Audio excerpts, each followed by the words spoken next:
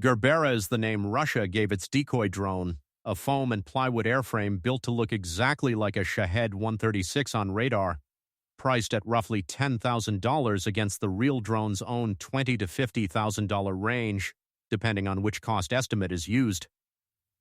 Somewhere over Ukraine tonight, an air defense operator watches a new cluster of blips split off a larger radar return and has seconds, not minutes, to decide which ones are real Shaheds and which are Gerberas. Ukraine's Military Intelligence Directorate, the GUR, says Russia now flies these decoys mixed directly into strike waves that have topped 700 drones in a single night. Some carry no warhead at all. Others carry a camera instead, filming exactly which Ukrainian position fires and how long it takes to react. A single Patriot interceptor, built to stop the real thing, costs upward of $4 million. So why would an Air Force spend money building drones with nothing inside them? This is a decision Russia forces onto Ukrainian air defense every single night: shoot at everything, or risk letting a real Shahed 136 through because it looked identical to something worthless. The Shahed 136, also produced under Russian license as the Gerbera 2, the same airframe under two names, is the genuine threat Gerbera is built to imitate. Russia's decoy airframe is a stripped-down copy of that shape, built from foam and plywood around a small commercial engine that on its own retails for a few $100s. Ukraine's Military Intelligence Directorate, the GUR, put a name and a rough price on it in a public statement on November 18, 2024, about $10,000 a unit. Anywhere from a fifth to half of what the real Shahed it imitates is estimated to cost, depending which of the published cost estimates is used. Even at the higher end of that range, the logic holds. The design goal was never a better drone than the Shahed. Russia built Gerbera to make the defender's math stop working.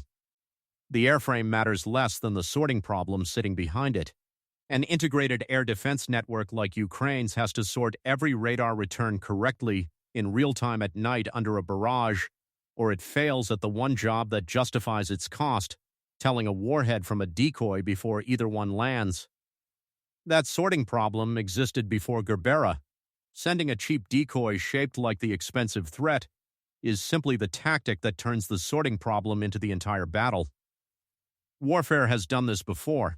Air forces have used electronic or physical decoys to force a defender to burn resources on the wrong target since the earliest radar-guided air wars. And the drone era has just made the decoys cheap enough to mass-produce by the thousand instead of hand-build by the dozen. Russia's decoy program is assembled at the same industrial site that builds the real Gerbera 2 under license, the Alabuga Special Economic Zone in Tatarstan. The GUR alleges the underlying design and parts pipeline traced to a Chinese supplier. Ukraine is the sole source for that specific chain of custody claim, which does not leave it unsupported. The U.S. Treasury has separately sanctioned a Chinese firm it identifies as an engine supplier to the program, so some outside corroboration exists, even though no independent investigator has mapped the full design and parts pipeline end-to-end the way the GUR describes it.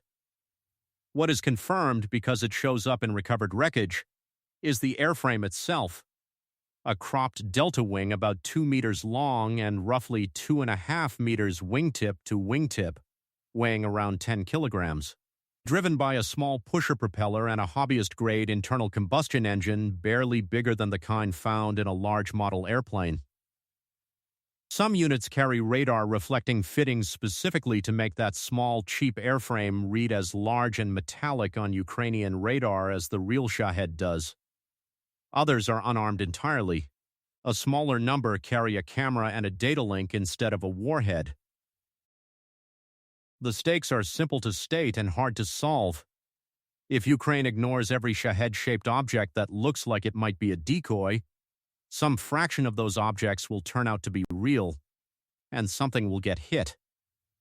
If Ukraine engages every Shahed-shaped object as if it were real, it spends missiles, gun barrels, and operator attention it does not have an infinite supply of, on targets that were never going to do anything.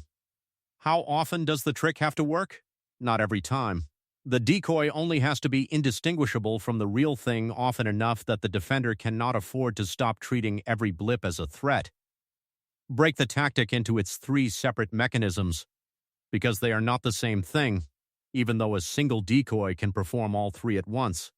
The first is saturation, the simplest to understand and the oldest in concept. A radar operator, or the automated system behind an operator, has to classify every return above a threshold speed and size as a potential threat, because the cost of missing one real Shahed is a building or a power station. When Russia sends 40 real drones and 40 decoys into the same airspace from multiple directions, the defending network has no way to casually split 80 objects down the middle. All 80 look identical on a screen, and every one of them has to be tracked, prioritized, and eventually engaged or deliberately ignored under time pressure at night, while missiles are inbound on a separate axis. The airframe used to mimic a Shahed here is almost beside the point. The Royal Air Force worked from the same insight against German night radar in the summer of 1943, dropping strips of foil, codenamed Window, out of bombers over Hamburg, so that German radar operators could no longer tell one aircraft from 1,000 false returns on the same screen. German night fighter and flak crews spent that raid shooting at empty air while the actual bomber stream got through at a fraction of the usual loss rate. Gerbera is the same principle rebuilt as an autonomous flying airframe instead of a handful of foil strips thrown out of a bomb bay, and it does not need a human bomber crew to deploy it. The second mechanism is the one that actually costs Russia nothing extra and costs Ukraine real money, forcing an expensive intercept onto a worthless target. A Patriot interceptor missile, per the system's own budget documents, costs upward of $4 million a unit, rising toward $5.25 million in more recent requests. A NASAMS interceptor round runs a little over $1 million. Neither weapon knows, the instant it is fired, whether the thing it is chasing carries a real warhead or nothing at all. Paying for that shot works like paying a locksmith's full emergency call-out fee to open a door that was never actually locked. The bill is identical whether or not anything was behind it. If even a modest fraction of what Ukraine fires at each night's wave is landing on unarmed Gerberas instead of real Shaheds, every one of those shots is pure loss, money spent, magazine capacity used, on a target that was never going to hit anything even if it had been ignored completely. This is the same arithmetic that alarmed the commander of the United States Special Operations Command enough that he told Congress, in testimony given in 2024 about the broader problem of cheap one-way drones facing expensive American interceptors, that the cost curve had gone upside down. Adversaries flying $10,000 drones that get shot down with multi-million-dollar missiles. He was not talking about Ukraine specifically, and this account is not claiming he was. The shape of the problem is identical, though, and it was arrived at independently by a different part of the same military alliance supplying Ukraine's air defense, which is exactly why it belongs here. The math is not unique to one war. Scale the saturation problem up and the arithmetic gets worse for the defender, not better. Russian strike packages have topped 700 drones and decoys in a single night, launched from multiple directions along Ukraine's northern and eastern border in the same rolling window.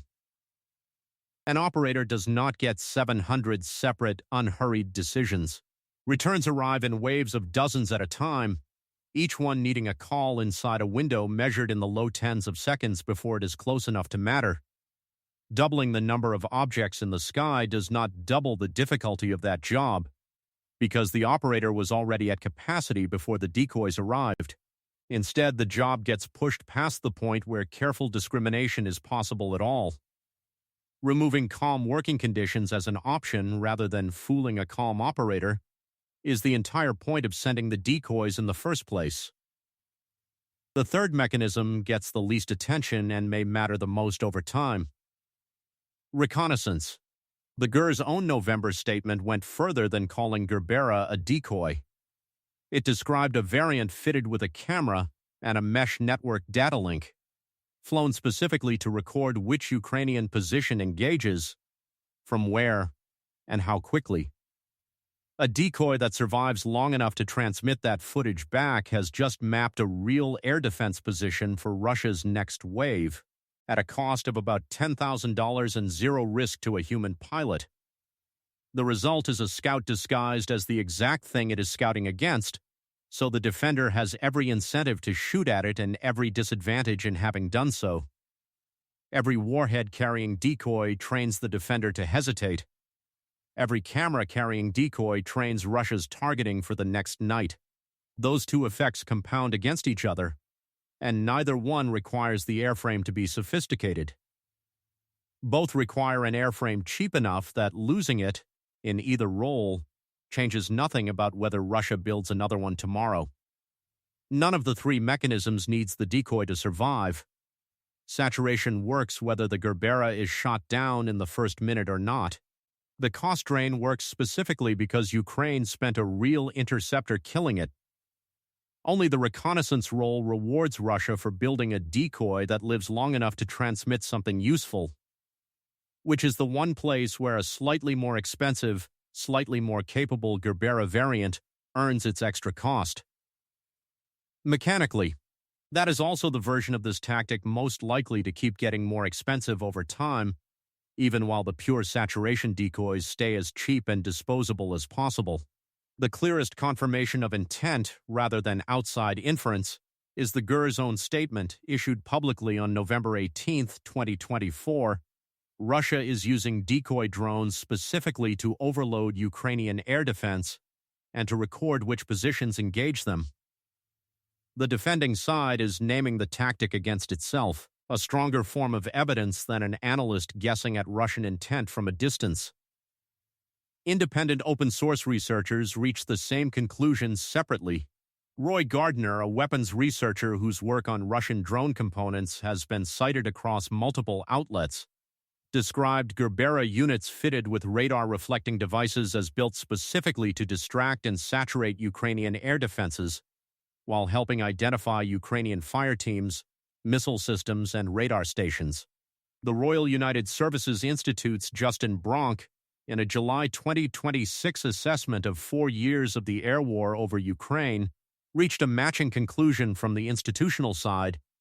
Decoys are used to probe and saturate Ukrainian air defenses ahead of the missiles that follow. The interception record shows the tactic working against itself in both directions, which is the honest complication running through this story. FPV crews, flying first-person view drones guided by a live video feed instead of a preset course, brought down a Gerbera by October 2024, within months of the type reaching the front in numbers, so the decoy is not undetectable. By early 2026, a newer class of Ukrainian interceptor drone, introduced in the fall of 2025 and carrying its own small explosive charge rather than simply ramming a target, was reported destroying Gerberas among its notable engagements against the type. During the mass airspace violation over Poland on September 9th and 10th, 2025, one Gerbera reportedly came down largely intact rather than exploding, and was photographed on the ground, an unusually direct look at hardware normally only seen as wreckage. None of that means the tactic has failed. Ukraine has had to build an entire second interceptor industry, cheap ramming and light-charge drones costing a few $1,000s each, specifically because a $4 million missile cannot be the answer to a $10,000 decoy every single night. If tracking exactly how this kind of doctrine gets tested, mechanism by mechanism across the whole drone war is useful, that is what this channel does every episode. And subscribing costs nothing and helps more of them get made. One Ukrainian air defense crew put its own count on the record, roughly 100 intercepts total, of which about 3 in 4 were real Shahed-type drones, and about 1 in 4 were Gerberas.